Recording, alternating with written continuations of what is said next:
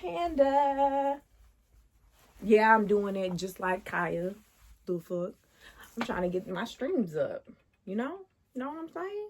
Looking is good. I'm in my prime. These niggas gotta get paid. If these bitches ain't mad, I need to go harder. I can't let them think who this thing. Hey, I'm at the top of my game. I'm with it. Good evening, y'all. Welcome back to my YouTube channel. Panda on Panda is your favorite and God's favoriteest, Panda. Speaking of streams, did y'all hear that TikTok and Capcut are gone? And okay, so TikTok came back within 24 hours. It came back, but we still lost CapCut. And I'm trying to figure out, was that in the fine print or something like that? Because I didn't know CapCut was on the line. Neither did I know that Lemonade 8 was on the line either, but I don't even really, I have a Lemonade account, but I'm not using it. But I was really, really shocked to find out that CapCut is no longer a thing. And I'm trying to figure out how CapCut got banned. Like, I feel like they are trying to attack people who want to create their content for free. Girls like me, sisters like me, and I don't like it. I'm just trying to figure out what's the next step for creators. And I'm so glad that I'm mostly on my YouTube anyway, because I don't know if you guys know, but if you go to my TikTok, which is Panda on Panda, there's more followers on my TikTok than any other social media. I was on TikTok like 7 years ago when it was like, you know, popping and people were really obsessed with it. But that's just not who I am now. I'm just not a 20-year-old girl anymore. I'm almost 30. So it's like not really my zhush anyway. But I just don't think a government should be allowed to do it, if you know what I'm saying. Like, I don't feel like on the docket of things that are important in the United States, homelessness, unemployment, racial issues, police brutality, immigration, just really helping those in need. I don't feel like TikTok is the first on our docket this year. And to tie our now acting president Donald Trump into it seems a little bit suspicious, but we gonna let it fly, because honestly I really don't care about TikTok. We got more important things to do. And honestly, I'm gonna need everybody to start going out and voting for any election that you see coming up, because baby, this is brutal. It's brutal and it's crucial. So let's get on it. But moving on from that topic, because this is not a politics channel, Bookie. It's not. Let's talk about a few things. What about my brother told me that he got a baby on the way, and that he told me out of our whole family, and he don't want me to say nothing. Now I got a big mouth, so it's like, why you trust me with it? You must want the whole family to know. Why'd you come and tell me? Why you ain't tell our sister? Why you tell me? Putting all the weight of the world on me. I can't hold water. Like, seriously, I really think that he's trying to play me with this, and he's testing me on something that he know I'm gonna fail at. Okay, it's very, very hard for me to keep a secret. So it's just like, I'm holding it in, and especially when it's like a secret as big as this, because then people are gonna be like, oh, you knew? And it's like, I can't. What do you want from me? Like, so I'm really mad at my brother for that. How dare you? I already have enough secrets and stress in my life already than to be keeping your secrets and stress. But I'm super excited to become an auntie again. I am an auntie already, but you know, all my like nieces and nephews is in Mississippi. So it's like, it don't really count, but it do. Because I do be in Mississippi, but it's like, for the week and a half or the 2 weeks that I be in Mississippi, it's like, it's only so much auntie can do. And it's only so much I could do, like with my whole family. So yeah, it's not really auntie time over there.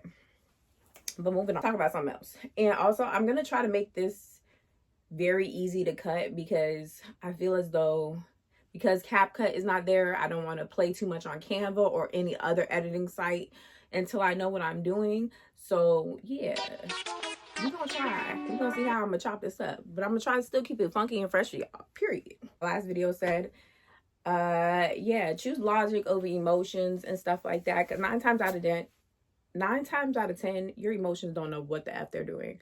So yeah, just move on. 9 times out of 10, you don't really still have feelings for this person. It's just trauma. And you're trauma responding by going through the loop over and over again. And I'm just not going to do that anymore. I don't know. I just feel like I could do better. I know that's a terrible thing to say because it's like, yeah, we could all do better. Out of like the 8 million people who are in this world, I don't know if 8 million is the correct word. Of course, you could find someone that's more compatible than the person you're with and stuff. So, there. Okay, also, so I'm actually really, I really wanted to talk about this particular topic. And it's really the fact that singers and celebrities are doing talk shows and YouTubes now and podcasts. And I'm not mad at anybody for trying to get their coin and stuff like that, especially when it's relatively easy for them to get a YouTube coin because they're already established as an actor and stuff like that. But honestly, my opinion is that a lot of the singers that have their own podcasts like Lotto or anything like that, like, y'all haven't said anything for years. Nothing that made me want to listen to you on a mental scale where like, oh, I was like, oh, she's spitting facts. Enough for you to have a podcast, bro. Enough for you to have a podcast. And honestly, it's a fly. Maybe that was because I was hating a little bit. But I'm really not trying to come towards it as hating because like there's people who literally study broadcast communication, who literally worked years and years on their podcast to get it where they are, just for a celebrity to ride off the back of their last movie and get a podcast talking about absolutely nothing. Like, these celebrities aren't even interesting. Lotto talking about everybody else's man, but nobody even knows who her man is. Or we do, but we can't say nothing. And honestly, I just feel like that's weird. Like, I think rappers, celebrities need to stay off YouTube, stay off podcasts, stay off talk shows and stuff like that, because baby, stay in your lane. You're making it crowded in other people's lane who actually have something to say. You're not even saying anything unique. I love me some Angel Reese, and I didn't think her podcast was bad, but do I think she need one? No. I don't think Lotto need one, and I hate to be a hater because they do sound like a hater, because how am I supposed to tell somebody what they supposed to have for themselves that God already said that they could have, because they have it? But it just gives money grab. It doesn't give, oh, you're a real culture critic and you're literally here for deep thinking and deep conversations and stuff like that. Like, I haven't heard you say anything remotely smart in your whole career, but you think you need a podcast. Okay, Big Mama. Okay. All right, I'm done hating. I don't like to hate for too long. And ultimately, I see it's mostly women of color who are getting their own podcasts and shows when it comes to celebrities. So I actually do watch some of them. One in particular that I watch is the Jennifer Hudson show. I've seen a couple episodes and stuff like that, and I thought it was interesting, but I really don't feel like it's about nothing.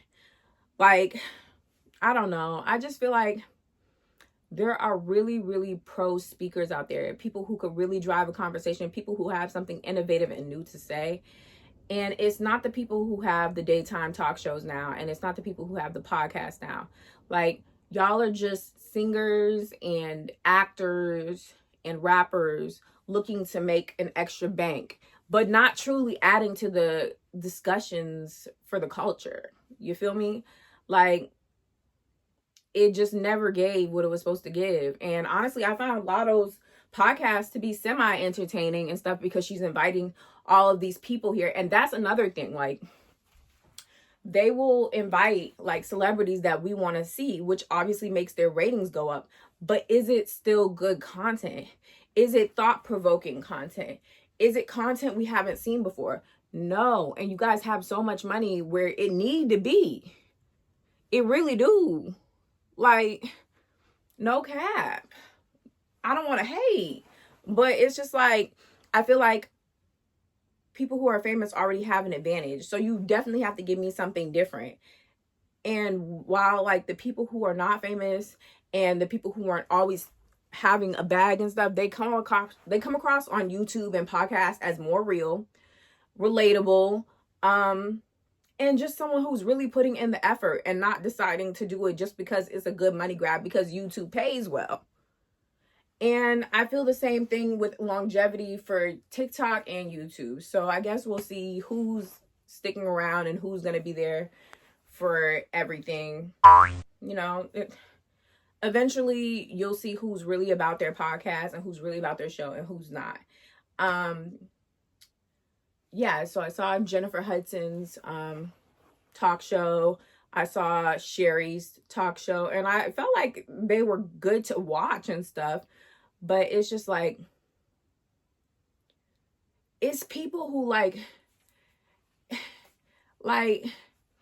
I feel like millennials and Generation Z are the big commentators and stuff like that. So when people like J Hud and all the other people and stuff like get a podcast, it's like, baby, I never even heard you speak. I usually just hear you sing. I'm so confused. Welcome though. Like, welcome to the space. I don't know. I just feel like it's going to get oversaturated. And before we know it, I won't want to watch anything at all. Because every celebrity will have their own talk show. And that's not really what I'm looking for. I'm looking for raw.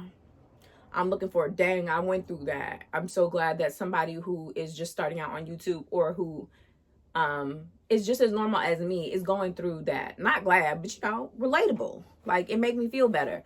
Whereas I feel like celebrities, rappers who have their own podcasts, talk show, it's just for the clicks.